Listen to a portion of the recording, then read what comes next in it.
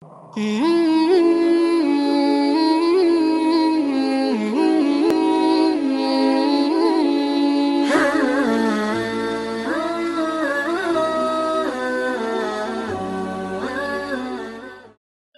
لله الذي هدانا لهذا وما كنا لنهتدي لولا أن هدانا الله وأصلي وأسلم على سيد الأنبياء محمد وآله وصحبه أجمعين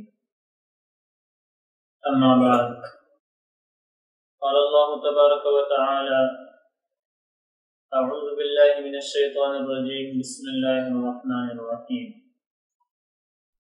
المال والبنون زينة الحياة الدنيا والباقيات الصالحات خير عند ربك ثوابا وخير عملا صدق اللہ العظیم۔ معزز ناظرین گرامی، آج کے اس پروگرام میں ہم بہت ہی ایک اہم موضوع کو پیش کرنے کی کوشش کریں گے، اور وہ ہے خاندان کی بنیادی تعلیم۔ دیکھیں میرے معزز ناظرین گرامی، اچھی معیشت اور نیک اولاد دنیا کی زندگی کی رونق ہے۔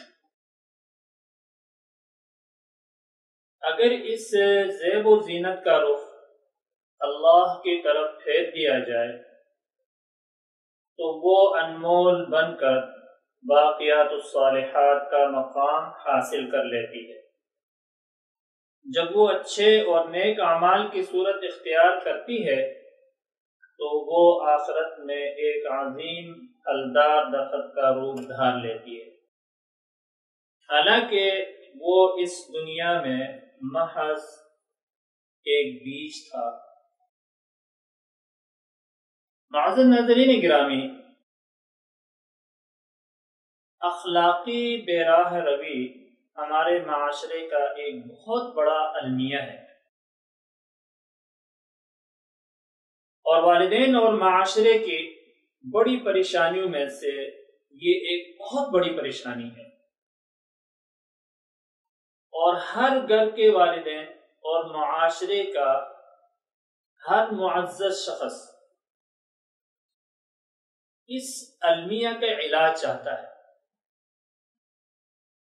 کہ معاشرے کی یہ جو ایک اخلاقی بے راہ روی کی بہت بڑی بیماری جو شروع ہوئی ہے، تو اس بے راہ روی کا علاج ہم کیسے کریں؟ تو ایک بات یاد رکھیے گا کہ اس کا جو علاج ہے وہ اللہ رب العزت نے قرآن کریم میں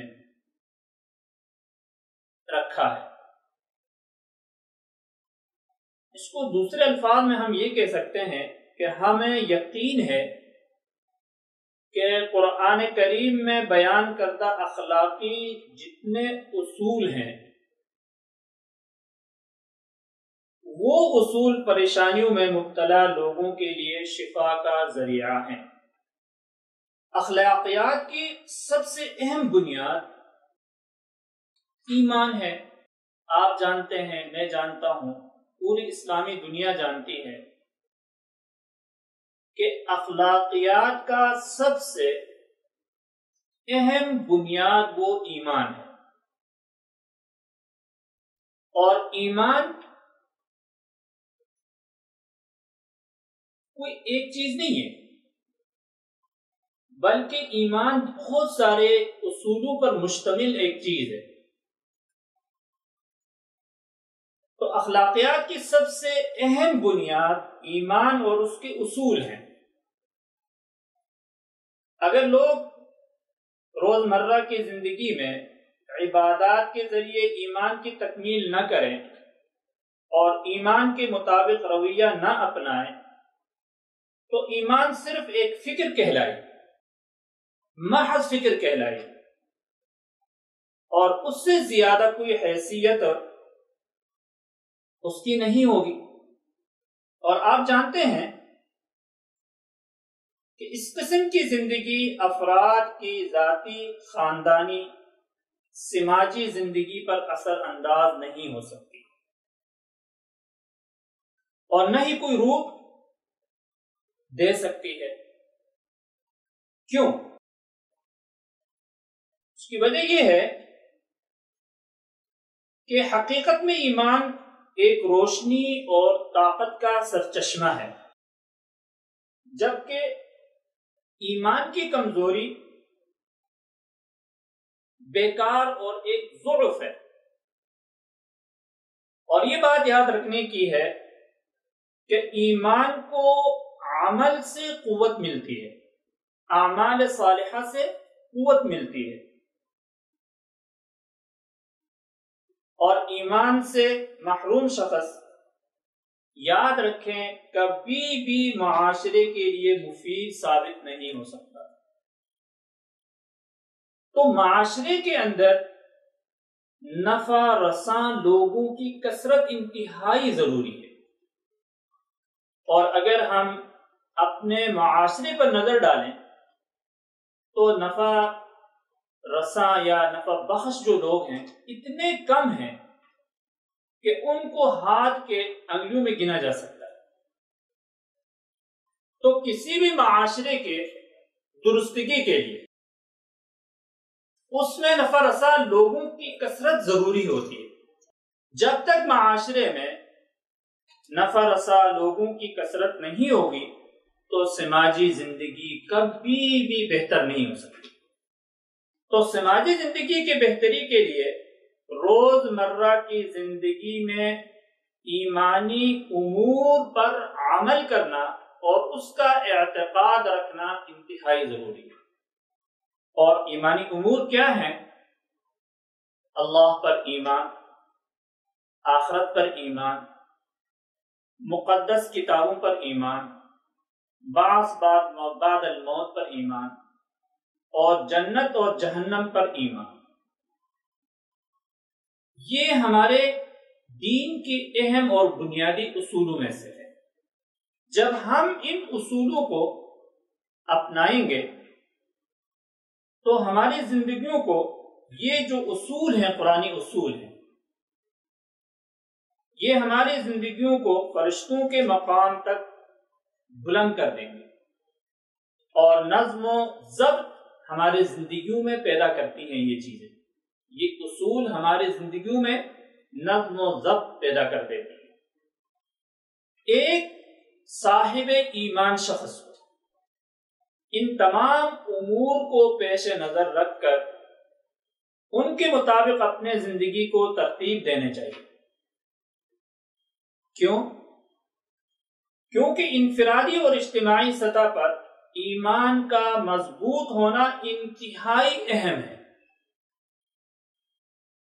جب ایمان مضبوط ہوگا تو ہم گمراہی کے سبب بننے والے جتنے بھی برے جذبات ہیں ان جذبات کے خلاف ایمان کے سائے میں آ سکے اور ایمان کے پناہ میں آ سکے، کیونکہ انسان من حیث الانسان اس میں جذبات تو ہوتے ہیں، اور گمراہی کے جذبات سب سے زیادہ انسان کے اندر ابھرتے ہیں۔